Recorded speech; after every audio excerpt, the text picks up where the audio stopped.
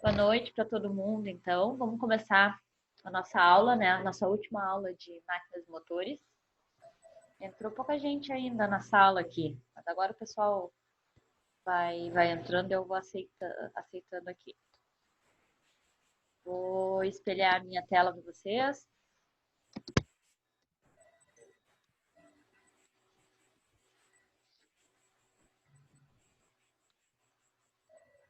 Tá certinho aqui.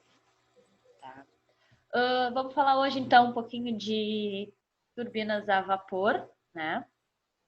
Bem pouquinho mesmo, porque o principal a gente já falou, das turbinas a gás, os princípios de funcionamento, tá? A ideia é bem semelhante, o que muda um pouco é a disposição dos elementos. E depois a gente vai ver algumas aplicações, né, da turbina a gás e da turbina a vapor, quando eu uso uma, quando eu uso outra, tá? Eu uso as duas turbinas sempre em gerações de energia, né? Posso ter diferentes meios de geração de energia, a gente vai falar um pouquinho sobre eles também para finalizar a disciplina, tá? Então vamos lá.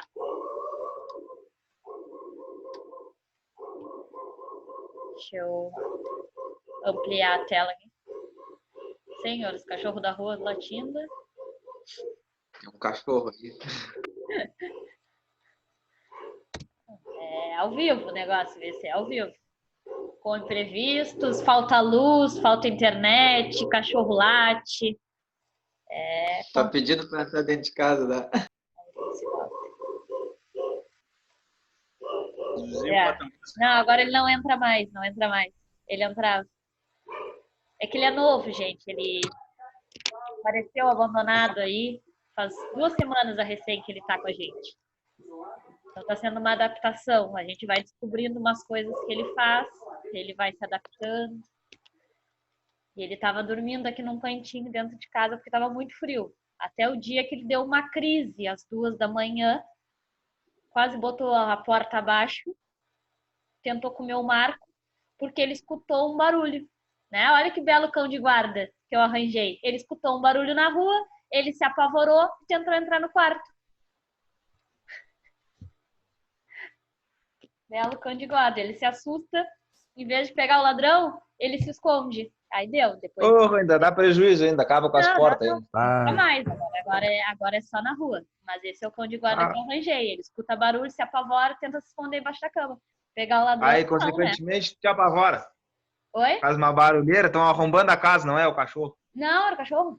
E ele é gigante. De pé, ele ainda é grande. De pé, ele tá, não, eu não sou parâmetro, né? Mas de pé, ele é quase do meu tamanho. E aí, em vez de tentar ver alguma coisa, não. Eu abri a porta da rua, ele não quis sair. Tipo, não vou, não vou, vai tu. Só faltou dizer assim, vai lá tu, ver o que foi. Aí deu agora. Ele Juro pra vocês, gente. Comeu o marco da porta também, já não entra mais, né? Sim, se apavorou. Então Mas tá. até que não é tão grande, então. Hã? O Douglas é trouxa. Douglas, Até o puto do Tainan é mais bravo que ele. deu.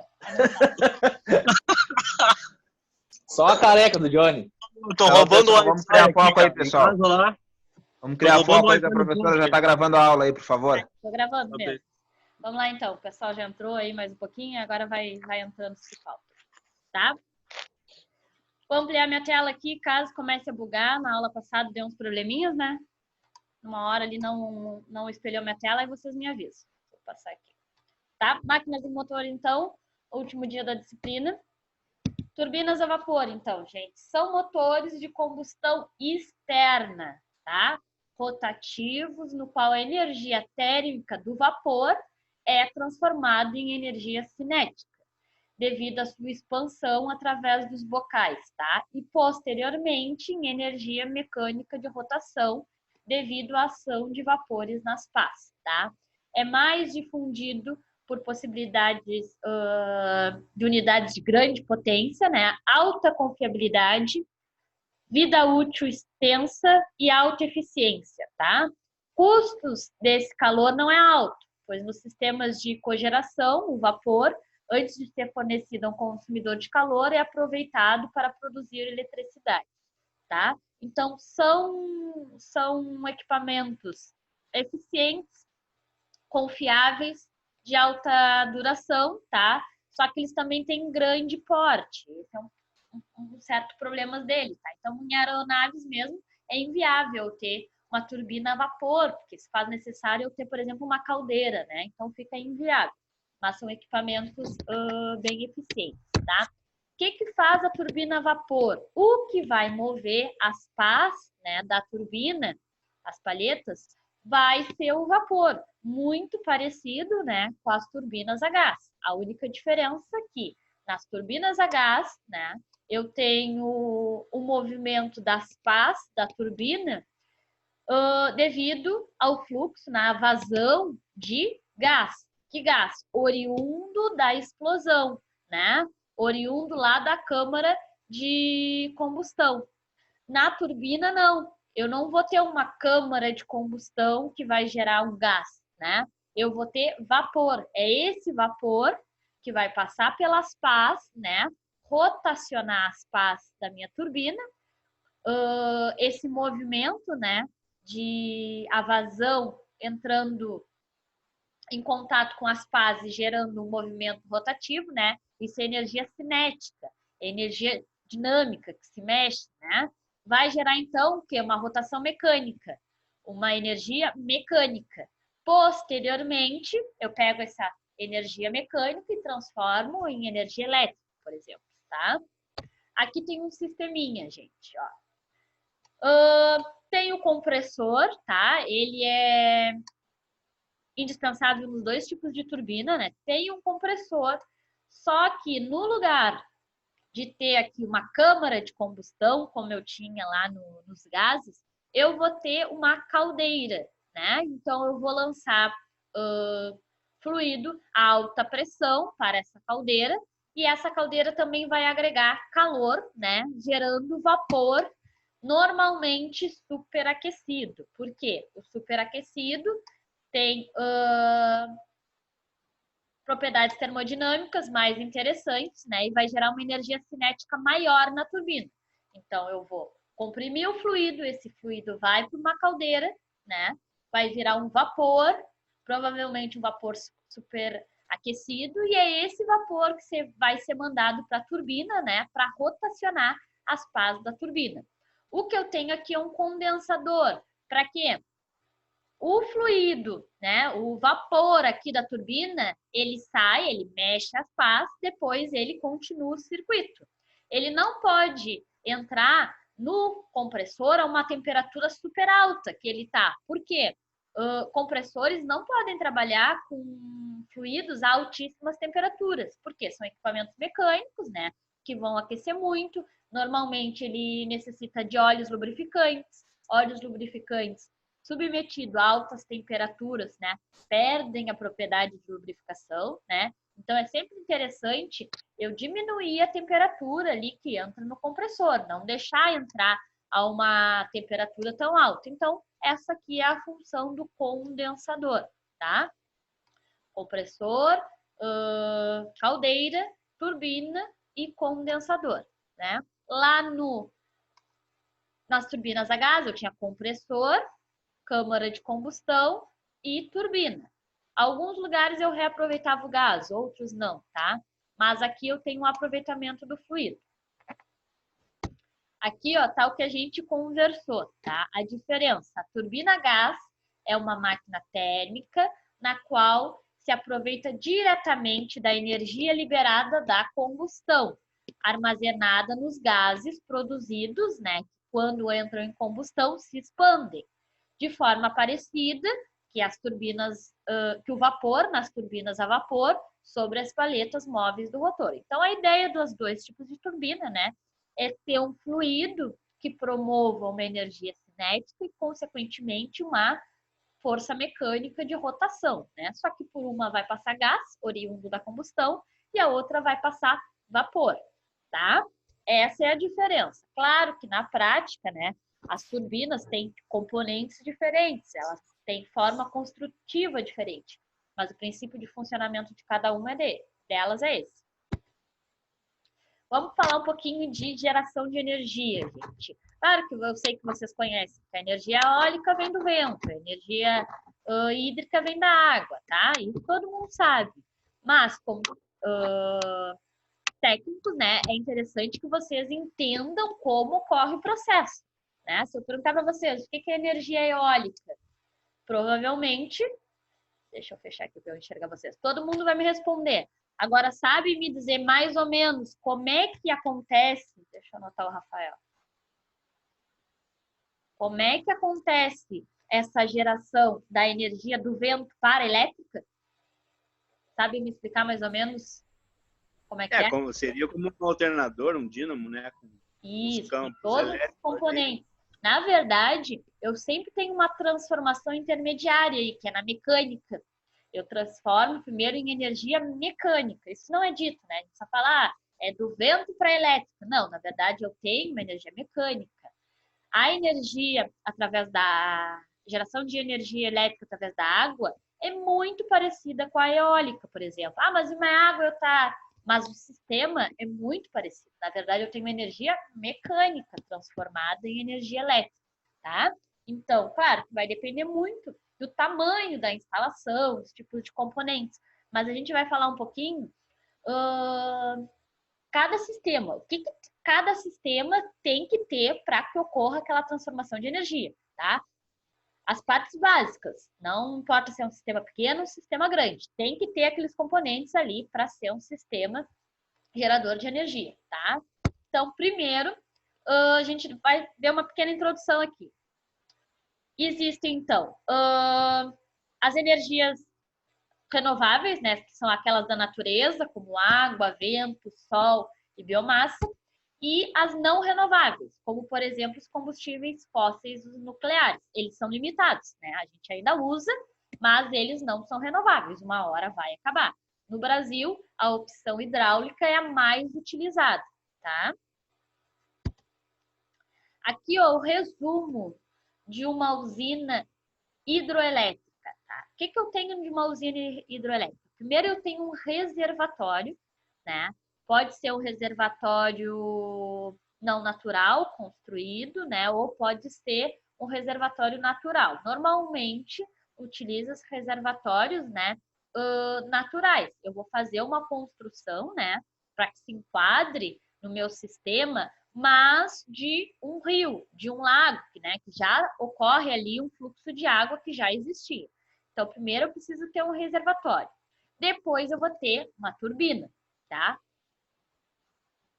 O reservatório vai fornecer a água, que vai fornecer a energia cinética. A turbina vai transformar a energia cinética, né, a energia, a força da água, em energia mecânica. A energia mecânica, né, através de um eixo, vai ser transferida para um gerador, tá?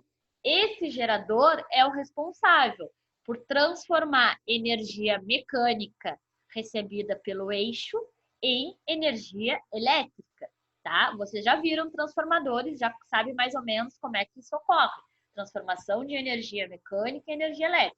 O gerador é o responsável por isso, tá? Depois que é gerado energia elétrica, então, é passado para as linhas de transmissão, né? A linha de transmissão se faz necessário, né? Porque num gerador, provavelmente, eu vou ter corrente contínua. E a gente recebe em casa corrente alternada, né? Então, a linha de transmissão é responsável pela alteração da corrente, né? E um rebaixamento, um aumento na tensão que a gente recebe nas casas, tá? Ela é responsável por adequar aquela energia elétrica, né, nos níveis de recebimento das casas, para que eu possa transmitir ela para o consumidor final, tá? Então, num sistema de usina hidroelétrica, sempre tem que ter, tá? Pelo menos esses 4 primeiros ali elementos: um reservatório, uma turbina, um gerador e uma linha de transmissão, tá?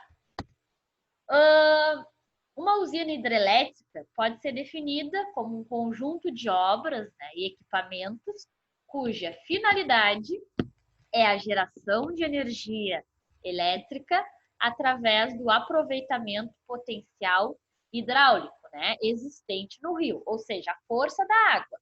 As partes principais de uma usina hidrelétrica são a barragem, as comportas e o vertedouro, tá? E também as casas de máquinas, onde são instalados geradores acoplados às turbinas. Tá?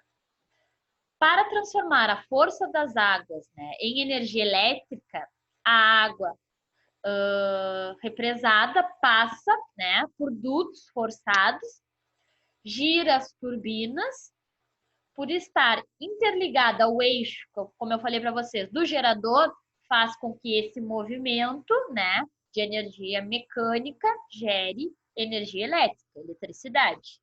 O que são as barragens ali? São construídas principalmente para represar a água, né? Eu preciso construir uma barragem para poder controlar o fluxo de água que por ali passa, né? Quanto mais água passar, mais gira a minha turbina. Quanto menos água passar, menos gira. Então é necessário, claro, né, que hoje em dia eu tenho dispositivos que eu só deixo passar água, né? Porque no caso de chuva, encheu a minha barragem, não posso. Às vezes não tem nem capacidade, né, para gerar tanta energia elétrica. Então eu preciso escoar água. Mas a barragem é para controlar a vazão de água que passa pelas turbinas. Quanto maior a vazão, mais movimento mecânico. Quanto menor, menos movimento mecânico, né? E aí tem que ver, de acordo com o projeto ali, quais são os momentos que eu deixo passar mais água, menos água. Daqui a pouco eu preciso fazer uma manutenção, eu preciso que não passe água naquela turbina. Então, a barragem, né, é a construção civil ali que proporciona o controle da vazão da água. Ela também tem como objetivo elevar o nível da água para aproveitamento elétrico de navegação e regular as vazões, né, de amortecimento das ondas e enchentes. A solução técnica para a escolha do tipo de barragem, né, depende do relevo, da geometria e do clima do local. O que são as comportas? São aqueles dispositivos ali que permitem isolar a água do sistema final de produção da energia elétrica, né? Controla a vazão, tornando possível, por exemplo, trabalhos de manutenção. Se eu preciso de acesso à turbina, eu preciso que tenha as comportas ali, né, para que eu possa isolar minha turbina para trabalhar. Os vertedouros, tá? Em hidráulica, vertedouro é um canal artificial executado com a finalidade de conduzir seguramente a água através de uma barreira, que geralmente é uma barragem, onde ele é destinado a auxiliar na medição da vazão de um fluxo de água, né? Por que eu preciso de um vertedouro? Eu não posso ir lá e colocar uma barragem no meio de um rio, gente. Aí eu mexo demais com a natureza, né? Eu não posso controlar tanto assim o fluxo de um rio que ali já existia. E provavelmente não há construção civil que aguente a força de um rio. Então eu faço o quê? Um desvio, né? Como se fosse um desvio do rio. Se eu faço um desvio no rio, parte da água que passaria pelo rio entra nesse desvio, tá? E vai lá encontrar a minha barragem. Tá? Só para ficar claro que se faz necessário um vertedouro, um desvio e ali eu controlo a água. Não vou lá e monto uma barragem no meio de um rio, tá? Nem pode fazer isso, tá? Não é liberado, a segurança ambiental não libera fazer isso. Pode promover a vazão a partir de um ramo do rio. Classificação dos tipos de turbinas, tá? Essas são as turbinas geradoras de energia elétrica que a gente usa nos sistemas hidráulicos. Classificação dos tipos de turbina. As turbinas podem ser classificadas, então, em turbinas de ação e em turbinas de reação. As de ação são conhecidas também por turbina de impulso, tá? Essa forma de classificação leva em conta, então, a variação de pressão estática. No primeiro grupo, né, as turbinas de ação ou impulso, a pressão estática permanece constante entre a entrada e a saída do rotor, tá? Então, não mexe com a pressão. Já no segundo grupo, ocorre a redução da pressão estática ao atravessar o rotor, tá? Gente, isso aqui é importante que vocês entendam. O que é uma entrada radial e o que é uma entrada axial, tá?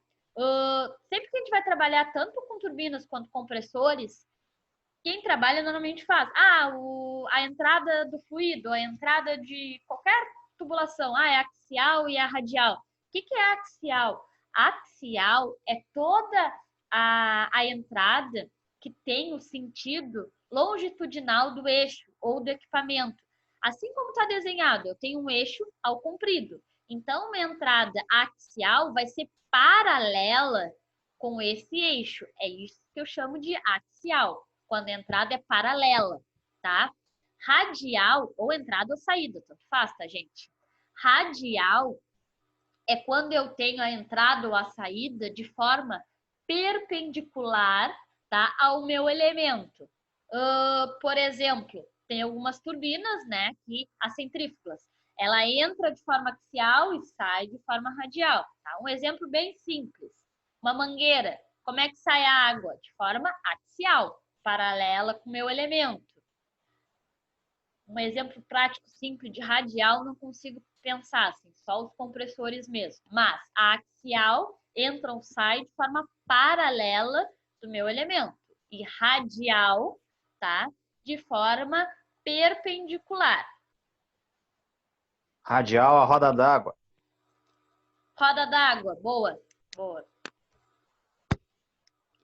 Classificação dos tipos de turbinas hidráulicas, tá? De acordo com a queda de pressão.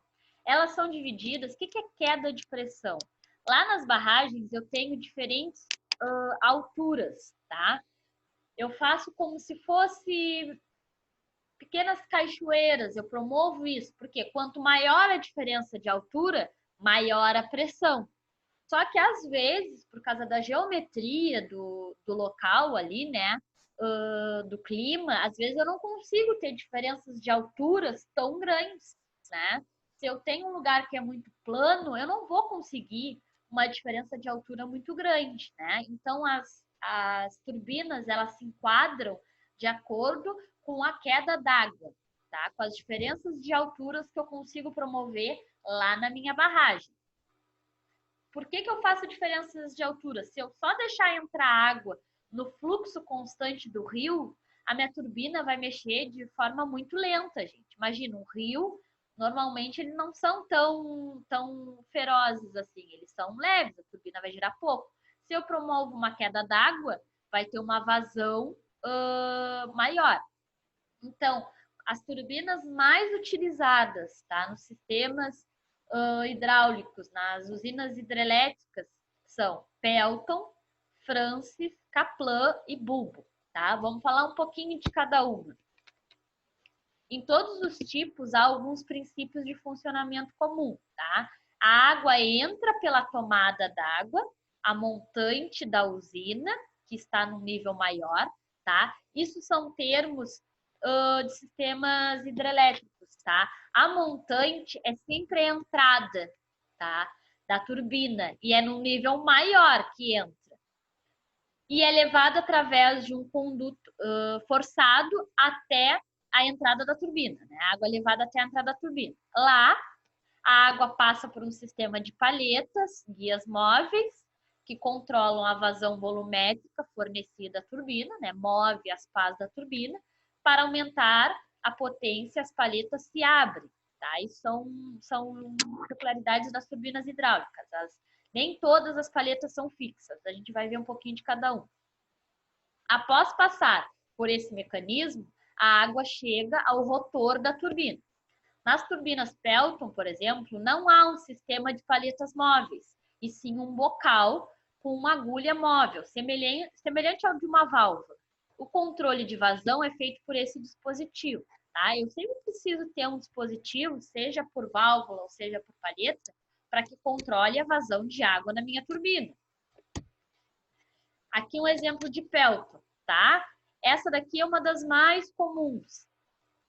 Ó, então, a água entra de forma... Que forma ela entra? Radial. E sai? A outra. Axial, isso mesmo. Ó, ela entra de forma radial, perpendicular ao meu elemento ali, ó, que teria um eixo. E ela sai pelo meio aqui, ó, de forma axial. tá? Essas são a pelto. Tem gente que, na prática, identifica justamente pelas entradas, tá? Decora isso? Não, trabalha com isso o dia inteiro, né? Sabe? Todas as peltos, por quê? Existem mais de um fabricante de pelto, né? Então, às vezes, olhando, elas são um pouquinho diferentes, mas tu consegue identificar pelas entradas, tá? E a Pelton também tem como característica ter vários injetores de águas, ó. 1, 2, 3, 4, 5, 6. São esses injetores de água aqui que controlam a vazão. Eu posso ter ligado um. Se eu tiver só um desses bicos aqui, ó, ligado, a minha turbina vai girar com uma velocidade. Se eu tiver 2, a vazão é maior, ela vai girar mais rápido. Se eu tiver 3, mais rápido ainda. Então, é pela vazão, tá? Que eu controlo, é pelos bicos que eu controlo a vazão da minha turbina. Essas são as características da Pelton. Ter vários bicos injetores e controlar a vazão por esses bicos. Entrada radial e saída axial.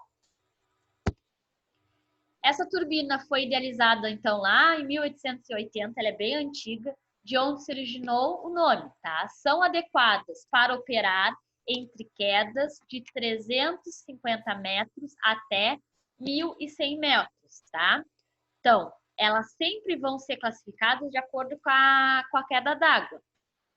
Então, as Peltons vai de 350 até 1.100, sendo por isso mais comum em países montanhosos, né? São quedas d'água altas.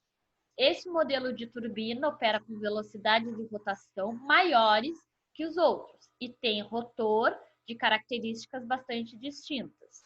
O que se vê é o rotor ao centro, né, cercado por bocais, como eu falei para vocês. Cada bocal é controlado por um servo motor e tem uma válvula na forma de agulha para controlar a vazão, tá? É só essa entradinha aqui que a gente chama de válvula agulha. Os jatos de água, ao se chocarem com as conchas, né, que são as pás desse tipo de motor, geram o impulso, né, a rotação, o movimento mecânico. Dependendo da potência que se queira gerar, podem ser acionados 6 bocais simultaneamente, ou apenas 5, 4 eu vou controlar. O número normal de bocal varia de 2 a 6, igualmente espaçados angularmente para garantir balanceamento dinâmico, tá? Vou conversar sobre isso. Um dos maiores problemas dessas turbinas, devido à alta velocidade que a água se choca, né? Eu tenho grandes quedas d'água, então a água vem a uma alta velocidade. É a erosão provocada pelos efeitos abrasivos da areia misturada com a água. Eu sempre tenho filtros na entrada da minha turbina, mas sempre entra uma areia, né? Imaginem uma água, né, se chocando com a areia, que acaba se tornando microtexturas, né? Como se fosse uma lixa praticamente. Vai causando erosão nas pás. As turbinas Pelton, tem gente querendo entrar? Ah, tem. Opa. As turbinas Pelton, devido à possibilidade de acionamento independente dos diferentes bocais ali, tem uma curva geral de eficiência plana, que lhe garante boa performance em diferentes condições de operação, tá? Então, o que a gente precisa saber da Pelton? Que as características construtivas dela são de ter vários bicos injetores, entrada radial, saída axial, tá? Uma vantagem boa dela é ter um grande controle de vazão. Eu vou controlar de acordo com a quantidade de bicos que vai estar ligado, né? Posso ligar de um em um, gente, mas normalmente eu aciono bicos de 2 em 2, tá? Para balancear o meu rotor. Imaginem só que todos esses bicos aqui, ó, tivessem desligados. Só esse aqui, onde está o mouse em cima, tá? Tivesse acionado. Isso não vai gerar um desbalanceamento do meu eixo? Não vai ficar fazendo força para um único lado?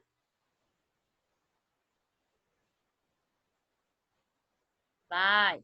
Tá? Alguém podia me responder. Vai. Então, normalmente eu aciono bicos equidistantes. Por exemplo, este aqui em que está o meu mouse e o equidistante é dele. Então, Um está fazendo força em cima e o outro embaixo. Ou um está fazendo força de um lado e o outro de lado. Tá? É só para não desbalancear o meu equipamento. E outra desvantagem também é a erosão, né, oriunda da areia que vem misturada na água. Dúvidas sobre a Pelton?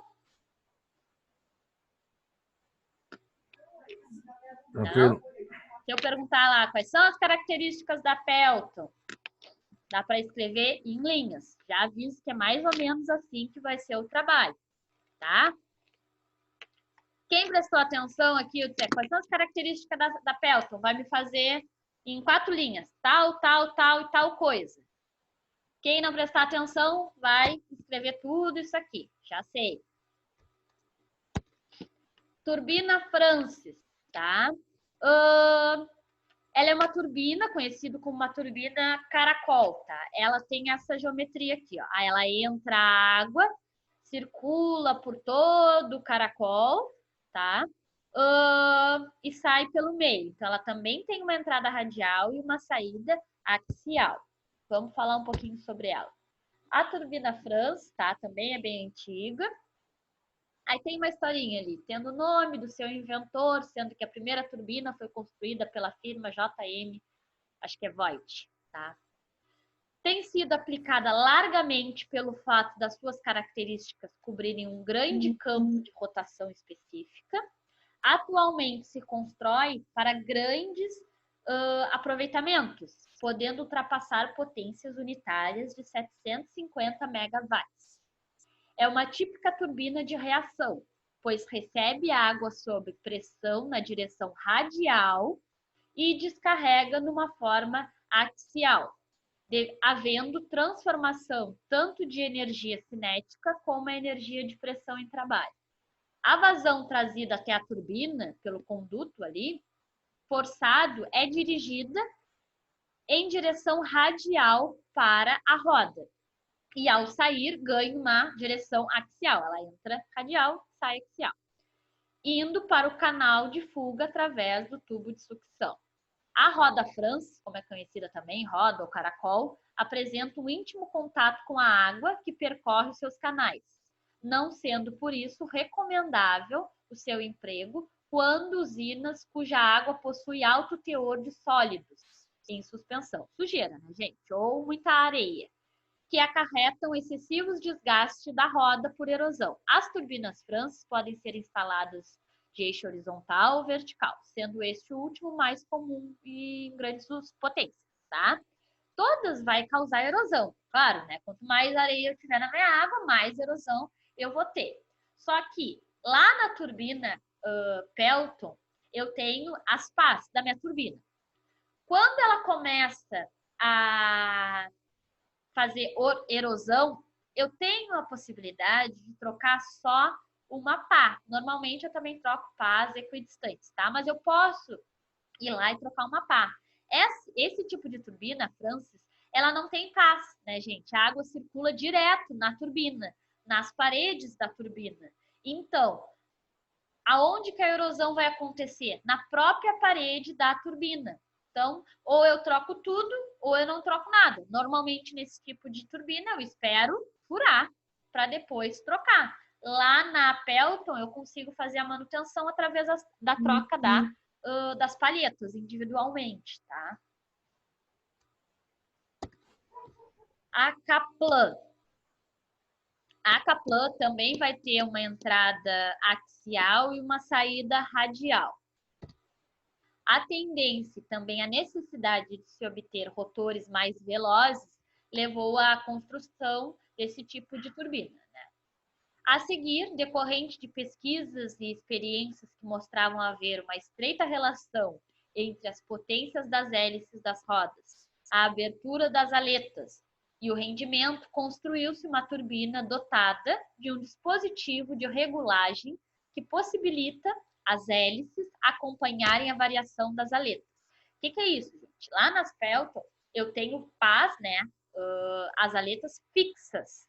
Eu construo assim, elas ficam fixas. As pás vai ter uma pequena possibilidade de movimento. Se eu dobro um pouquinho mais elas, eu obstruo a passagem. Eu tenho menos vazão. Se eu deixo elas mais paralelas, a água passa com mais facilidade, eu tenho mais vazão, tá? Então, o controle de vazão dela se dá pelo movimento das pás, elas não são fixas. Assim, as turbinas desse tipo, com pás móveis no rotor, passam a ser chamadas de turbina Kaplan, enquanto as pás fixas recebem o nome de turbina hélice. Cada pá está individualmente presa à ógiva, tá? Possuindo movimento de rotação em torno do seu próprio eixo, mudando o ângulo, tá? É um pequeno movimento das pás. Essas turbinas são comuns em baixas quedas de pressão, tá? Opa, É o seguinte, né? Professora, se uma pá dessas aí estragar, tem como trocar? Tem também. Valor de um pisca, 600 e cacetado.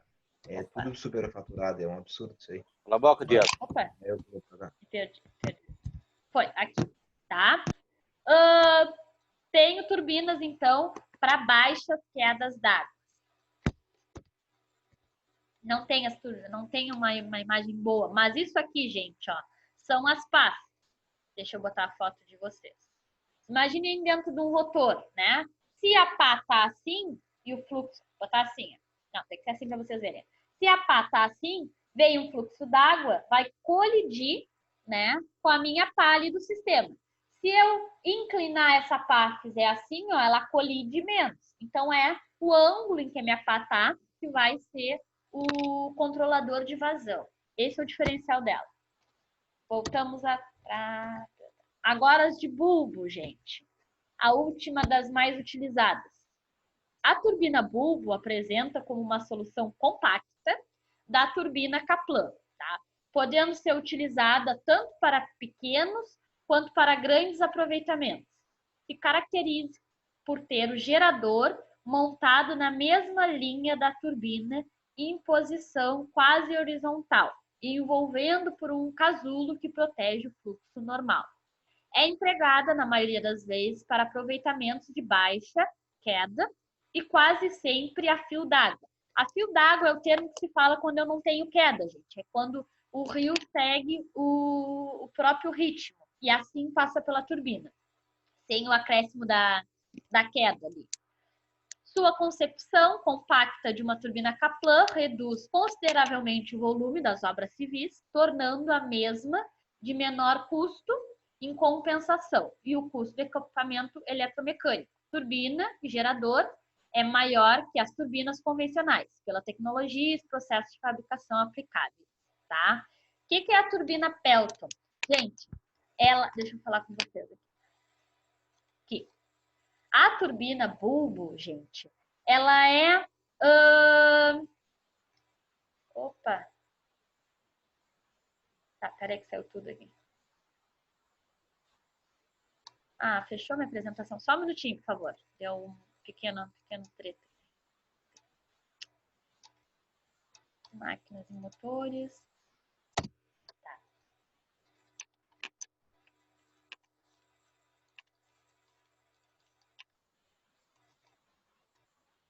Aqui. Tá, voltou. Fechei ele sem querer, tá? Vamos voltar para as turbinas aqui. Tá, os 4 tipos aqui. Resumidamente, gente, Pelton, tá? Tem pás fixas, podem ser substituídas. O que controla a vazão são os bicos injetores, né? Tenho vários bicos, alguns eu deixo acionados, os outros não, tá? Elas são para grandes quedas d'água. Essas são as principais características desse tipo de turbina, tá? Quando a gente pensa em característica, primeira coisa, para turbinas de usinas hidrelétricas é a queda d'água, aonde eu vou implantar ela. Então, Pelton, grandes quedas d'água. Depois elas têm as características construtivas dela, tá? A Francis, ela tem quedas d'água médias. Então, vou aplicar elas onde eu tenho quedas d'água médias, tá? Ela não tem pás, ela é uma turbina caracol. Ela é mais simples, né? A construção dela é mais simples. O lado negativo é que se eu usar ela em lugares que tem grande quantidade de areia na água, eu vou ter muita erosão, tá? E vai acabar causando erosão nas paredes da minha turbina e ela vai estragar. Não tem a possibilidade de manutenção. Claro, na prática o pessoal consegue ali fazer alguns dispositivos, né? Mas não é o ideal. Ou usa ela até furar e depois troca, ou usa outro tipo de turbina, tá? Então, Francis mede as quedas d'água. A Kaplan, ela é para pequenas quedas d'água, tá? Ela também tem pás, e o que controla a vazão da Kaplan é a rotação das pás, que vai permitir que passe uma maior vazão ou uma menor vazão, tá? Esses três são os principais. A Bulbo, ela é a mais nova, tá? Ela é uma derivação da Kaplan. Ela é muito parecida. O único diferencial da Bulbo é que ela vem o gerador conectado, né? A gente viu aqui, ó, o diagrama de uma usina hidrelétrica. Sempre tem que ter esses dispositivos. Nós estávamos falando somente da turbina. O diferencial da Bulbo é que ela vem acoplado esse carinha aqui, ó, o gerador. Então, acaba sendo sistemas mais compactos. Ela é mais cara que as outras. Ela é mais cara que a Kaplan, mesmo sendo oriunda da Kaplan. Ela é mais cara, porque ela é mais tecnológica. Só que tem lugares, tá, que a vigilância ambiental não permite fazer grandes construções civis. Principalmente quando o rio não é muito grande, não permite, tem um limite de construção civil para tu fazer. Então, eles têm que ter componentes, elementos mais compactos. É aí que entra a Bulbo, quando eu tenho limite de construção civil. Senão, eu não uso ela. Se eu posso construir um grande reservatório lá, eu uso a Kaplan porque ela é mais em conta. Sim, comprar um Kaplan e um gerador é mais barato do que comprar uma Bulbo que é compacta os dois num, tá? Como a Kaplan é para baixas quedas, a Bulbo também tem as mesmas características. O único diferencial é o gerador acoplado. Aqui foi tudo que conversamos. Antes de entrar na eólica, alguma dúvida do sistema de energia hidrelétrico e sobre as turbinas? Não. Então tá. Vamos entrar na eólica agora. A eólica é muito parecido com a hidrelétrica, tá? Só que aqui no início, em vez de ter um reservatório, eu vou ter o vento, tá? Eu vou utilizar, a gente fala grosseiramente da força do vento. Isso é, tecnicamente, a energia cinética do vento, que é a energia do movimento, tá? E essa energia cinética vai girar a minha hélice. A minha hélice é a minha turbina. A hélice que a gente tem lá no parque eólico são turbinas, tá? O que elas fazem? A mesma coisa que as turbinas lá usadas nos sistemas hidrelétricos. Tem alguém querendo entrar? Ih, saiu todo mundo aqui. Quem é?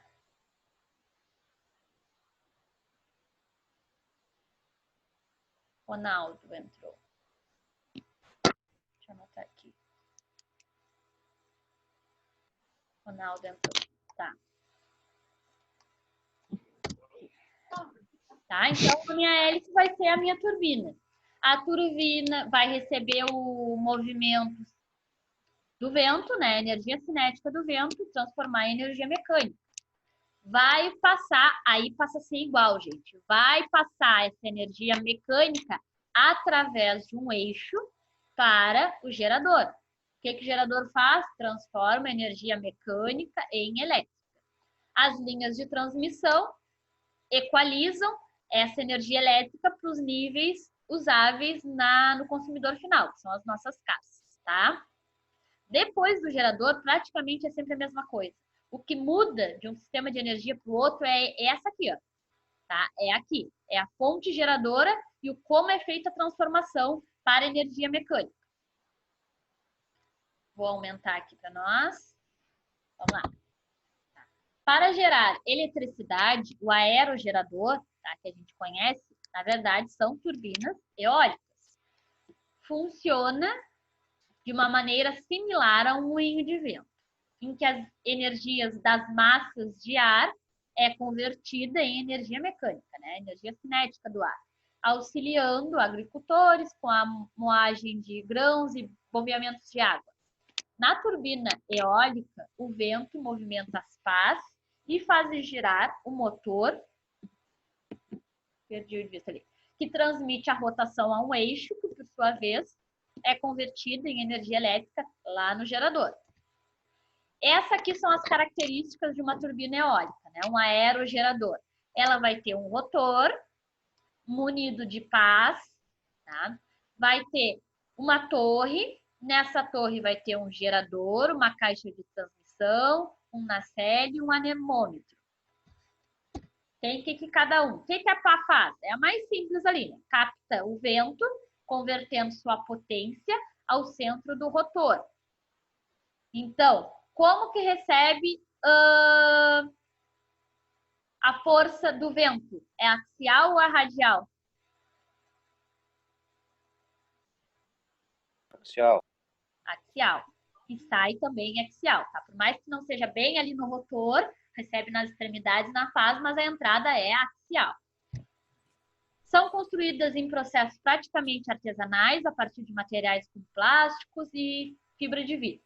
O desenho das pás emprega as mesmas soluções técnicas usadas pelas aeronaves, tá? A pá tem toda uma geometria específica para ter a aerodinâmica, né?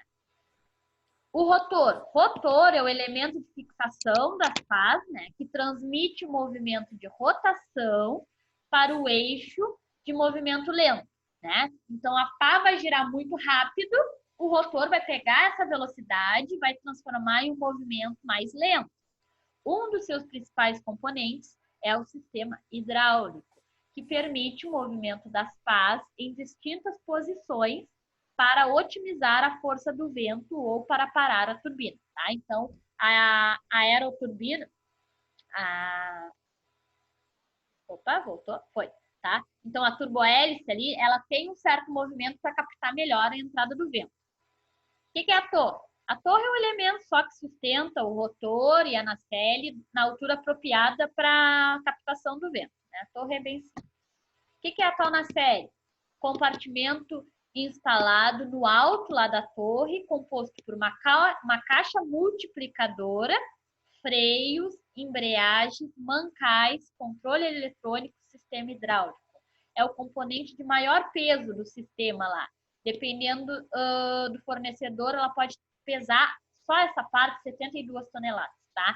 Então, é a nacelle, gente, que controla a velocidade do vento. Tem que ter freios, tem que ter embreagem. Por quê? Se está muito vento, aquilo ali vai girar de uma forma tão rápida que vai estragar os componentes. Ou vai sair voando, né? Então, é ela que faz esse controle de rotação. O que é a caixa de transmissão? Tem a função de transformar as rotações das pás, né?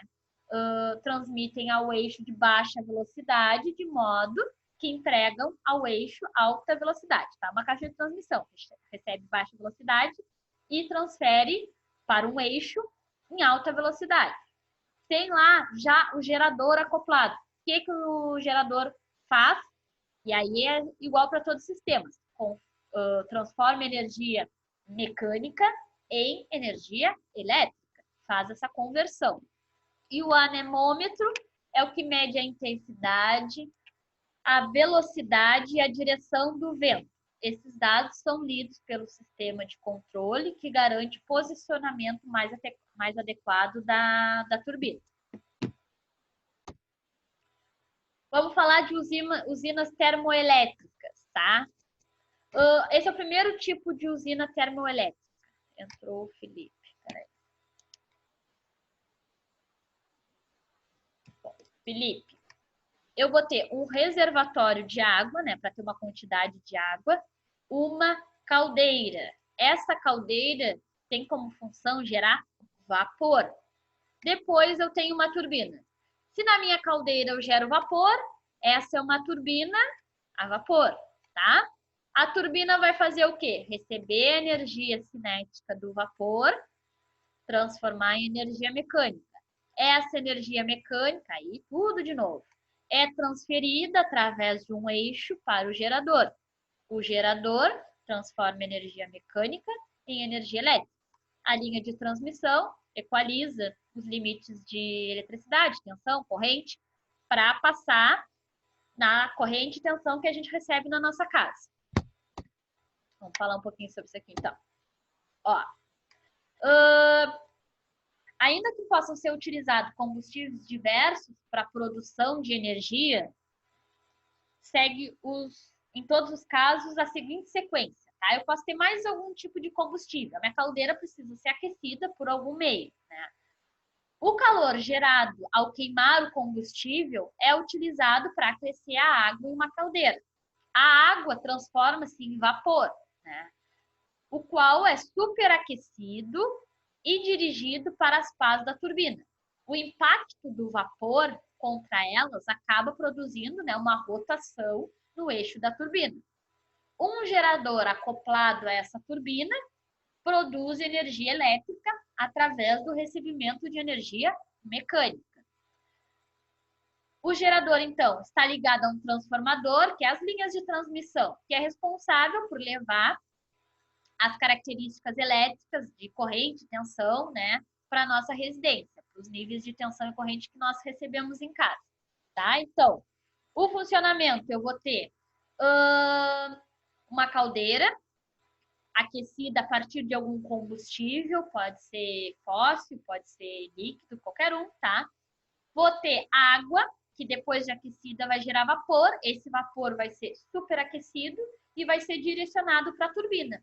Esse vapor vai colidir com as turbinas, gerando movimento mecânico. Movimento mecânico é transferido para o gerador transforma o movimento mecânico em energia elétrica.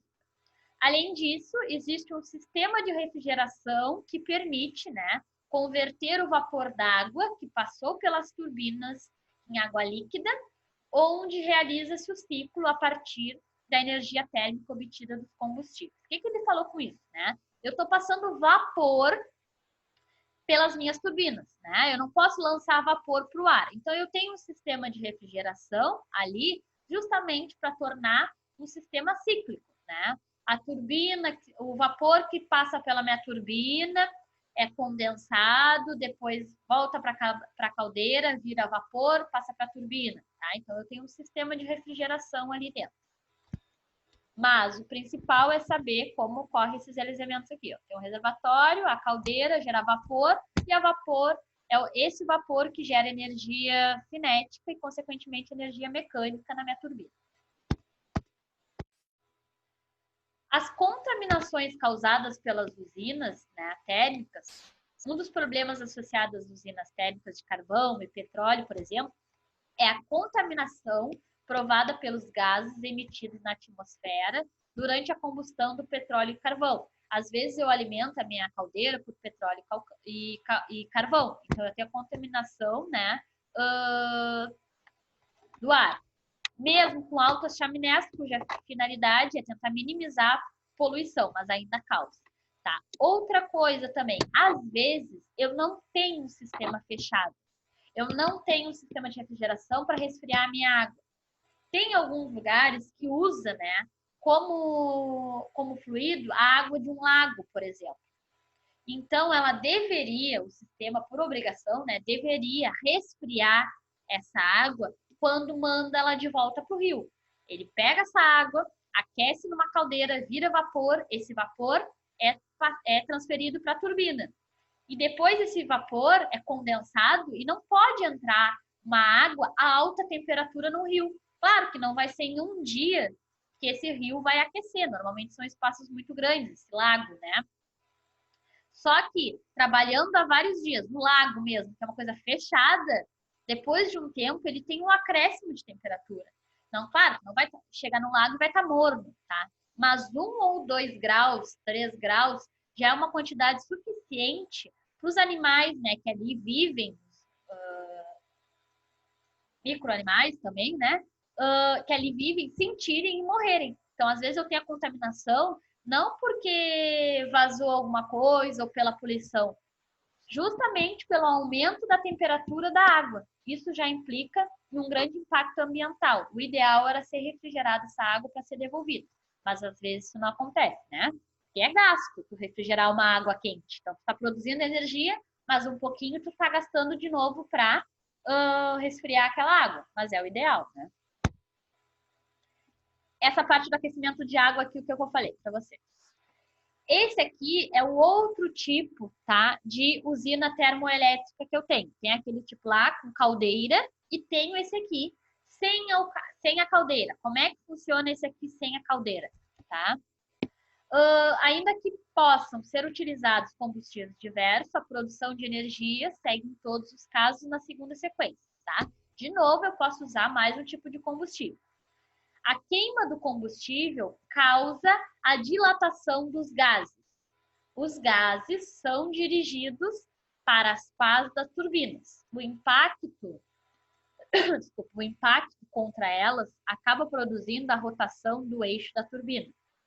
Um gerador acoplado ao eixo da turbina produz eletricidade à medida que o gira. E o gerador está ligado a um transformador que é responsável por levar as características elétricas dos consumidores, tá? Qual é a diferença entre esse sistema termoelétrico e o primeiro? Eu tenho um reservatório e depois uma caldeira. Sempre que eu tenho uma caldeira, eu vou produzir vapor. Então, no primeiro caso, eu vou utilizar uma turbina a vapor. Vou pegar água, vou aquecer, vou transformar vapor, vou passar vapor pela turbina. Então, eu uso aqueles tipos de turbina a vapor que eu estudei lá. No outro tipo de sistema termoelétrico, eu não tenho a caldeira. Eu faço direto uma combustão. Eu pego um combustível, né, de um reservatório, pego um combustível, gero uma combustão. O produto oriundo de uma combustão é gás, tá? Gente, não existe como eu produzir vapor a partir de uma combustão. Sempre que eu tenho uma combustão, o produto que sobra é um gás. Então, nesse caso, eu não preciso de uma caldeira. Eu gero uma combustão, essa combustão vai formar um gás. Esse gás expandido, né, devido à combustão, passa pela turbina. Nesse caso, eu tenho o quê? Uma turbina a gás, tá? Por isso que existem dois tipos de usinas hidrelétricas. Termoelétricas. Uma que tem caldeiras e as outras que fazem combustão. A com caldeira usa turbinas a vapor. E a que usa combustão usa turbinas a gás, tá? É bem importante essa diferença aqui, tá, gente? É um elemento que faz com que o sistema ocorra um pouquinho separado. Professora, pode repetir de novo, professora, só para mim terminar de escrever? Posso. O primeiro sisteminha aqui, ó, vou botar aqui, ó. Existem dois tipos de sistemas termoelétricos. O primeiro, eu tenho um reservatório, uma caldeira e depois a turbina. Se eu tenho uma caldeira, o meu intuito é gerar vapor, tá? Então, eu pego um fluido, né? Aqueço, normalmente água, quando eu falo de vapor, né? Tenho água, aqueço na minha caldeira, vai virar um vapor. Provavelmente um vapor superaquecido, mas vapor. E aí eu lanço vapor para a turbina. Se eu tenho vapor, é necessário que eu use uma turbina a vapor, tá? Essa turbina vai gerar um movimento mecânico, né? Que vai ser transferido através de um eixo aqui em vermelho para um gerador. Esse gerador pega energia mecânica e transforma em energia elétrica. Depois eu equalizo aos níveis, lá nas linhas de transmissão, eu vou adequar a minha energia elétrica aos níveis de tensão e corrente para distribuir para o consumidor final. Então, no primeiro caso, eu tenho uma caldeira e vou usar turbinas a vapor. No segundo caso, ó, eu não tenho caldeira, não tenho. Eu tenho só um reservatório, tá? De algum combustível, fóssil ou não. Esse combustível é parecido com... esse pedaço aqui, gente, ó, se eu recortasse só essa parte do sistema, aqui, na verdade, eu tenho o quê? Um motor de combustão interna, né? Algo que eu queimo, gera um gás e passa pela turbina. Aqui eu não tenho a caldeira. Eu vou ter um combustível que eu vou lançar para uma câmara de combustão. O produto oriundo dessa combustão é um gás. O gás vai ser lançado para a turbina. Então, eu vou precisar de uma turbina a gás. Depois é a mesma coisa. O gás vai gerar um movimento mecânico. O movimento mecânico vai ser transferido através de um eixo para o gerador. O gerador vai transformar a energia mecânica em elétrica, depois para as linhas de transmissão, depois para as linhas, para o consumidor final, tá? Então, basicamente, os dois tipos de usinas termoelétricas que eu tenho, umas vão trabalhar com turbinas a gás, aquelas que têm caldeiras, e outras vão trabalhar com turbinas... Falei errado, desculpa. Algumas vão trabalhar com turbinas a vapor, aquelas que têm caldeiras, e outras vão trabalhar com turbinas a gás, aquelas que geram combustão. É isso aqui. Aqui, ó, eu botei uma pequena diferença. Turbinas a vapor geram energia a partir da água aquecida em uma caldeira. A água é aquecida até virar vapor e que se expande. O vapor a alta pressão faz com que as lâminas da turbina girem em um gerador, criando eletricidade. O vapor é condensado novamente em água e volta para a caldeira para ficar num ciclo, né? Quando a turbina é a gás, são mais conhecidos por utilização em aviões, por exemplo. Eu tenho turbinas a gás. O ar entra no compressor e flui para as câmaras de combustão. Lá o ar se mistura com um gás e a ignição é realizada, criando uma descarga de alta pressão, né, que é o gás, cuja expansão liga a turbina e o compressor. Quando eu tenho o gás, tá, eu sempre tenho uma câmara de combustão. E câmara de combustão sempre precisa de 3 elementos. Ar, né, de preferência alta pressão, um combustível e algum elemento que gere uma ignição, né, uma explosão. Usinas termoelétricas, ok? Ou alguma dúvida? Ok? Ok.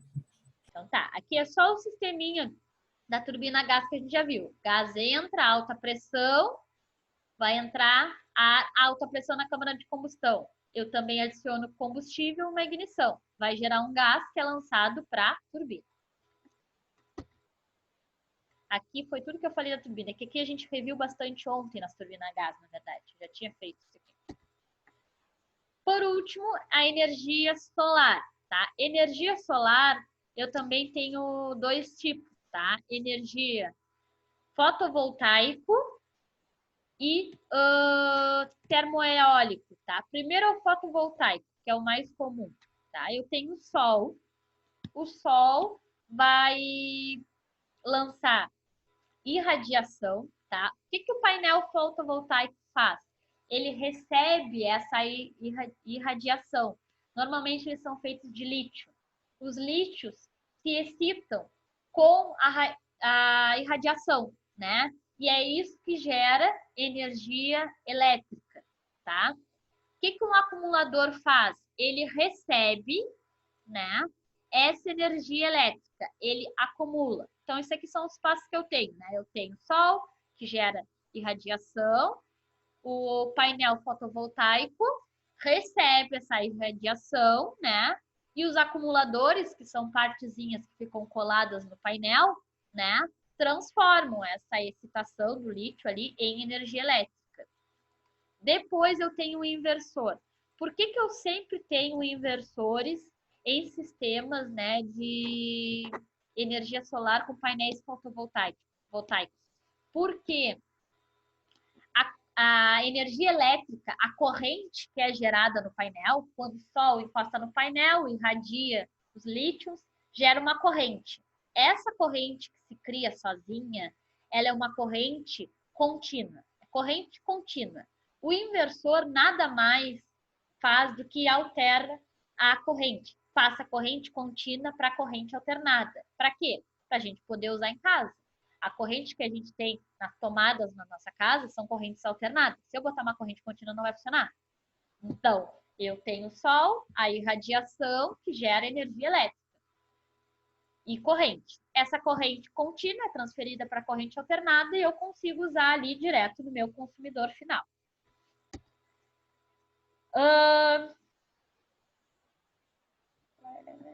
Para a produção de energia. Tá, isso aqui foi o que eu falei para vocês. Ó, são sistemas de energia solar fotovoltaicos ou heliotéricos. O heliotérmico, o fotovoltaico, foi isso que a gente conversou. Onde eu tenho os painéis. Eles recebem radiação do sol e geram corrente elétrica, energia elétrica contínua. Através de um inversor, eu transformo para corrente alternada. E posso usar na minha casa. O outro... Ei, Natália. Oi. Aquele acumulador ali seria como se fosse uma bateria, no caso? Não. O acumulador só gera a energia... Quem é que está falando comigo, por favor, que eu não vejo?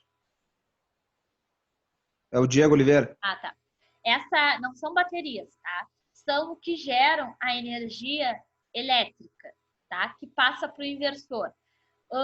Eu acho que o que eu entendi foi isso. Existem sistemas com baterias? Sim, existem sistemas com baterias. Mas esses sistemas se chamam off-grid, tá? Por quê? Os sistemas mais comuns são sistemas que são conectados à rede elétrica, tá? Então, não. Quem usa painel fotovoltaico não está desprendido lá da abastecedora, não se afasta da CE. Por quê? Os painéis geram, né, nos horários de sol, claro. Nos horários de pico, provavelmente eu não consumo tudo que eu produzo, tá?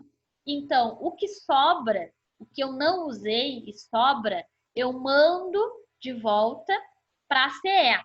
E eu ganho como se fosse crédito, tá? Eu produzi do meio-dia a 1h da tarde, eu produzi 200 kW. Só que eu não usei tudo isso, eu usei só 100. Então, sobrou 100, né? Então, esses 100 kW excedentes entram pela rede da CE. Elas que vão guardar para mim. É como se fosse um banco.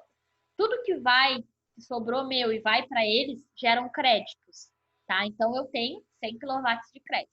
De noite, o painel não funciona, né? Então, de noite, eu vou precisar usar energia. De noite, eu vou precisar de 100 kW. Eu pego de volta os 100 kW dele. Então, é a CE que faz como se fosse esse banco de armazenamento das coisas, dos quilowatts que eu produzo e não uso, tá? Existe uma outra opção, que é o sistema off-grid, que é, em vez de tu mandar para a CE, é tu guardar na tua bateria. Existe essa possibilidade. Só que financeiramente... Oi. Natália. Tipo um lugar isolado. Né? Não pode usar 100% da CE, né? Desculpa, não escutei. Tu não pode usar 100% da tua energia, né? Pode. Só deixa eu terminar de falar a segunda opção, eu entro com isso, porque normalmente o pessoal tem bastante dúvida quanto isso na prática. Tem a opção de tu guardar, tu te desligar da CE, tá? Funciona assim. Tu pega, desliga a conexão dele, só que tu precisa ter baterias. Então, tudo que tu produz em excesso, tu manda para tua bateria. E depois o que tu... eu produzi mais do que a minha bateria é capaz de armazenar. Perdesse aquilo. Se tu já encheu, podemos dizer assim, a tua bateria e tá produzindo, tá perdendo, tá? E aí, se tu tá sem a energia, a quantidade que tu tem para usar, por exemplo, de noite, que o teu painel não tá produzindo, é a quantidade da tua bateria, tá? Para não faltar e nem perder, o interessante é tu ter sistemas de baterias grandes. Só que financeiramente falando, ainda não compensa ter um sistema off-grid em casa, tá? Não compensa mesmo. Tem até alguma relação de valores para falar com vocês sobre isso, se quiserem também. O que o colega falou ali? Se eu não posso usar 100% meu, posso usar 100% meu. Só que eu preciso pagar uma taxa mínima, tá? Para a CE, justamente por utilizar o sistema dela, né? Tudo que sobra teu vai para eles. Eles guardam para ti. Então, vir a tua conta zero, não existe a possibilidade. A tua conta vai vir através do teu disjuntor, tá? A caixa de energia, a caixa elétrica lá da rua que vocês têm em casa, nas residências existem 3 tipos. De 50 amperes, que a maioria de nós deve ter uma de 50 amperes em casa. A de 75 e a de 100, tá? Se eu tenho a de 50 amperes, eu não vou me lembrar dos valores exatos, tá? Mas eu tenho mais ou menos uma noção. Se eu tenho, é que depende também do bivolt, mas se eu tenho uma caixa de 50 amperes e a minha casa é bivolt, eu pago mais ou menos, eu acho que é 30 e poucos reais, não chega a 40. Depois eu posso consultar para vocês, de taxa mínima, tá? Que é o preço por estar lá ligado o meu poste na CE e por usar as redes dele. Se eu tenho um sistema trifásico em casa, eu posso ter, ou uma caixa maior de 75, esse preço sobe, vai para 50 reais, e assim vai. Normalmente, nós em casa temos bifase e uma caixa de 50 amperes. Daí a gente paga mais ou menos esses 30, 40 reais. Acho que é 30 reais, para te dizer. Mas mesmo assim, eles cobram uma porcentagem do que tu produz, né? Ainda não. Ainda não. Mas estão tentando, aliás, deixa eu até abrir aqui para conversar melhor com vocês, peraí.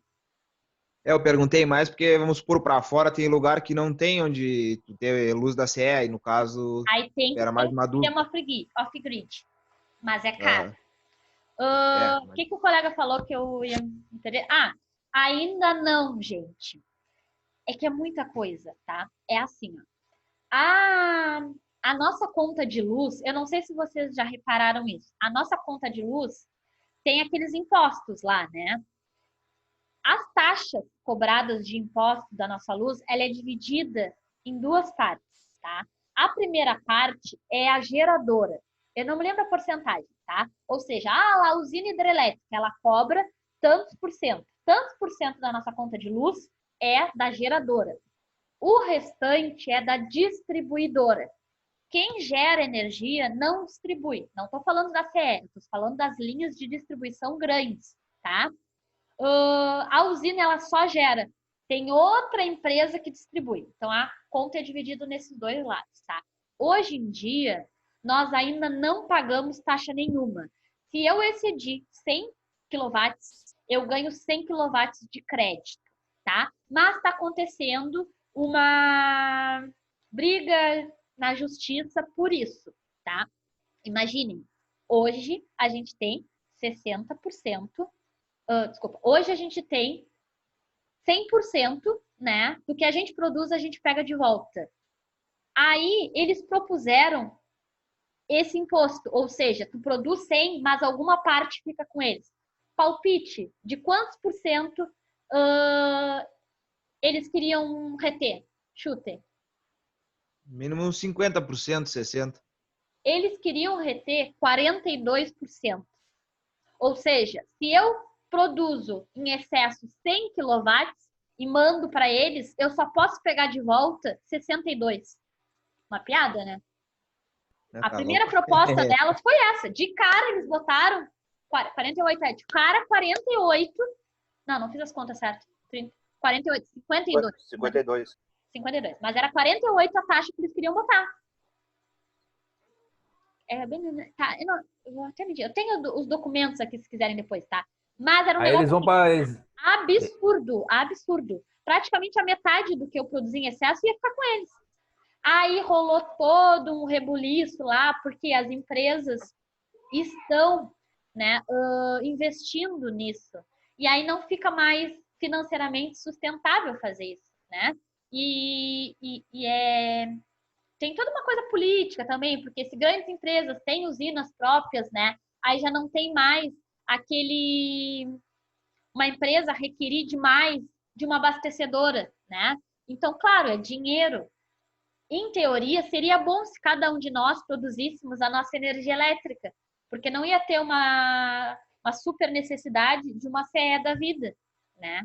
Eles iam praticamente Sim, eles iam praticamente só existir para abastecer meia dúzia de gente e utilizar a transmissão dele, né, para a gente poder fazer essa coisa de créditos, empréstimos. E aí eles lançaram essa proposta aí. Nisso veio um monte de gente que é a favor, um monte de gente que é contra, e cancelaram lá no Senado. Não vai entrar isso daí.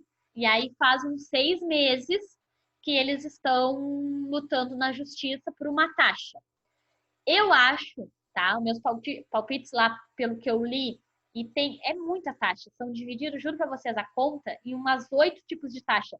8% para uma, 16% para outra, 32% para esse, não sei o quê. Até tenho lá. Se alguém tiver mais interesse de ver, eu mando para vocês, tá? Mas o que eu vi e acho que vai ficar é que eles vão reter 16%, que é a combinação de 2 taxas lá, e aí o pessoal tá achando isso. Eu acho que quando eles vão conseguir reter alguma coisa, né? Mas não muito, porque tem uma política forte por trás.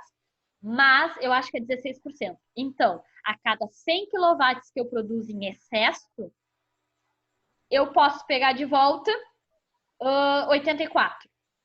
Não é legal, mas ainda... Porque eu já pago uma taxa mínima, né? Vocês concordam comigo que não faz sentido? Já que eu pago a taxa para usar, por que eu preciso parte do que eu forneço ainda deixar com eles? Mas a gente não pagasse a taxa mínima, né? Se não pagasse a taxa mínima, tudo bem. Aí seria de acordo, né? Não, a gente vai pagar os dois, isso é certo. Tá? A gente vai... Quem que sai perdendo? Não tem arrego. Não tem. Só que, pô, 48% tá brincando comigo. Do nada a gente tem 100%, aí do nada te tira metade. Daqui a pouco fica inviável, tá? Porque hoje está muito mais barato os painéis. O sistema Figrid não, ainda é uma facada. Os painéis estão muito mais em conta hoje. Quem tem contas de luz, tipo de R$300, R$400, hoje em dia já vale a pena. Em 3, 4 anos, tu pagou já o teu sistema. E eles duram 15 anos. Então, depois de 3, 4 anos, tu não vai pagar mais conta, né? Não vai pagar mais esses 300, 400. Vai pagar só a taxa mínima. Compensa.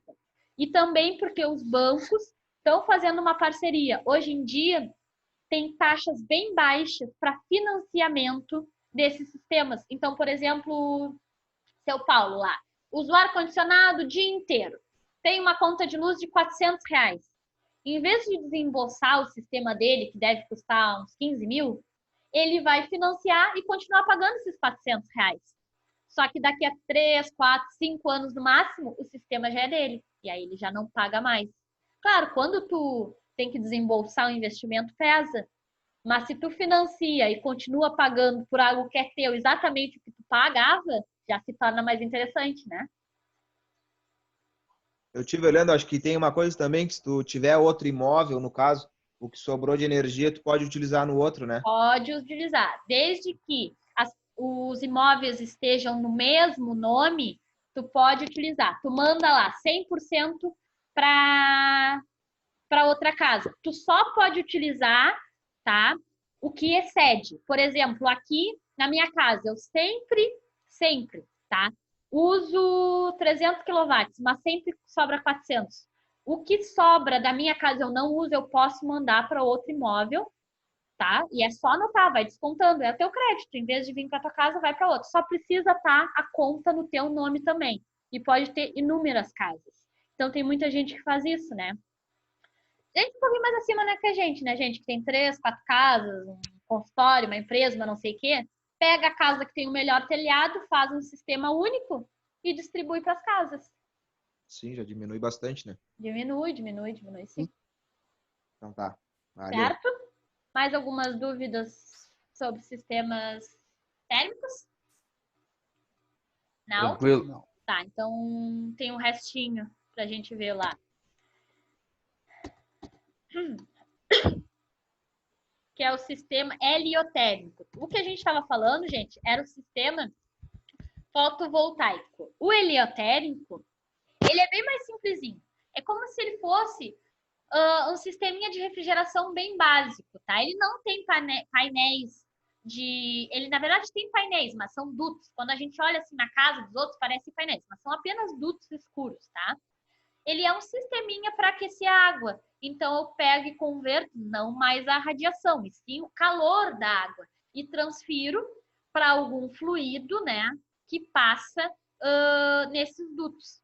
eu tenho... O outro fluido também pode ser água. Então, eu tenho uma água dentro de um duto, normalmente escuro, e boto no telhado. Esse fluido dos dutos absorve calor do sol e aquece. Esse fluido quente pode alimentar um sisteminha de refrigeração, ou, em vez de ser um circuito fechado, eu posso ter um circuito aberto. Passar água que iria direto para minha torneira, primeiro passar por esses dutos. E aí eles aquecem e eu tenho água morna na torneira, tá? Para nós é interessante, não muito, né, gente? Porque o maior clima aqui para nós é frio. Então, o que me adianta ter água térmica, água quente na torneira quando tá calor? Não ajuda muito, né? Mas em lugares que tem temperaturas médias, é interessante. Porque, por exemplo, no chuveiro, em vez de entrar água fria no chuveiro, já vai entrar água morna. Por mais que eu tome banho quente, já entrou morna. Então, a quantidade de energia elétrica que vai gastar para aquecer um pouquinho mais vai ser muito pequena. Tá? Ainda a possibilidade de ter água quente em todas as torneiras. Então, é um sistema elétrico, mas é bem simples. É um aquecimento de água, tá? Esse aqui é o fotovoltaico, que a gente conversou passo a passo, como é que funciona o painelzinho, tá? Isso aqui é a diferença entre os dois. Ao contrário do sistema heliotérmico, o sistema fotovoltaico requer alta irradiação solar para funcionar, tá? Não é o sol. Às vezes está super nublado, mas se eu tenho um dia com alta irradiação, eu tenho alta geração de energia elétrica gerada pelos meus painéis fotovoltaicos. De uma forma que o número de nuvens pode resultar em uma produção menor quando eu tenho um sisteminha de heliotérmico. O heliotérmico eu preciso literalmente do calor do sol. Aqui se fala dos aproveitamentos térmicos, eu posso aquecer a água. Aqui é umas vantagens e desvantagens de um sistema com o outro.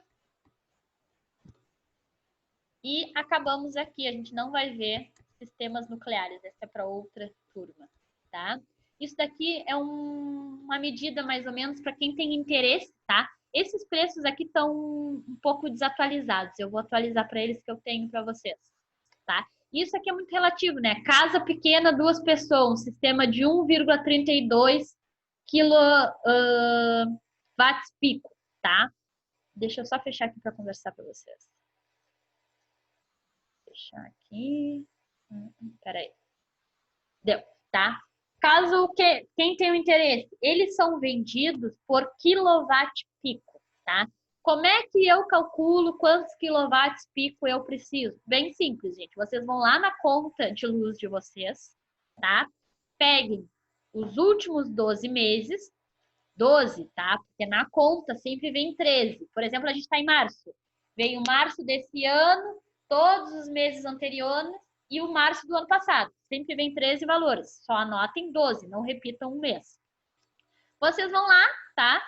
E anotem quanto vocês gastaram em todo um ano. Ah, eu gastei 3.000 kWh, tá? Então, vocês precisam de um sistema de 3.000 kWh. Só que o sistema não fala 3.000, ele é pico. Então, tu pega esse teu valor aí, tá? E divide por 1.000. Ah, o meu deu 3.000. Então, vai dar 3 kW pico. Eu preciso de um sistema de 3 kW pico. O meu deu 2.500 kWh. Se eu somei o meu consumo de todo um ano. Então, eu preciso de um sistema de 2,5 kWh. Claro que os sistemas vendem fechados, né? De 2, 2,5, 3, 3 e pouco. Não vai ter exatamente o que eu quero. E aí eu compro um pouquinho maior, um pouquinho menor, dependendo de como eu me interessar, tá? Alguma dúvida? Não? Hoje está tranquilo. Então tá, amanhã eu vou lançar o trabalho para vocês, tá? Amanhã é dia 10, e aí vocês têm que me entregar até a outra sexta-feira, dia 17. Combinados? Combinados. Então tá, não sei quando verei, provavelmente já estão acabando. Tem trio, né, Natália? Hã? Nada muito difícil, né? Trio, né? Ah, mais ou menos, né? Sábado não tem muito fácil, não, né? É o que eu tô falando, né? Muito Pega fácil. leve com nós, tá, Natália? Quando é que pode mandar os grupos, ô, Natália? Oi? Quando é que pode mandar os grupos aí pra ti? Que grupo? É individual, rapaz. É individual. Ah, vai que cola, ô Bocão. Tá, gente, falando sobre isso. O trabalho É individual. tirando o ciclo de refrigeração, que aí é uma continha, o resto é teórico, tá? São perguntas. Eu vou mandar para vocês todo o material. Obviamente, todas as perguntas que eu fiz estão no material que eu fiz. Agora, 2. Se poupem e me poupem. Eu gosto de respostas objetivas, tá? Características de uma turbina tal. Pô, se é uma turbina hidrelétrica, eu tenho que pensar na queda d'água. Se é tal turbina, a primeira coisa que eu respondo, ó, ela trabalha em grandes quedas d'água. Ela tem como característica isso e aquilo. Pode botar em tópicos, assim, tá? Quem lê ali e entender ou prestou atenção e entendeu, vai listar as características. Ótimo. É esse o meu intuito, tá? Que vocês sejam objetivos. Ó, porque isso que é importante vocês saberem. Ah, tal turbina, ela é assim, assada. Ponto. Quem não quiser interpretar ou não prestou atenção, provavelmente vai fazer o quê? Copiar todo o slide. Tem meia folha de explicação, tá? É trabalho para vocês e é trabalho para mim corrigir um trabalho assim, tá? Então, escrevam o que a gente aprendeu, ou se daqui a pouco, não lembro de tudo, óbvio. Lê ali o material e enxuga. É isso, tá?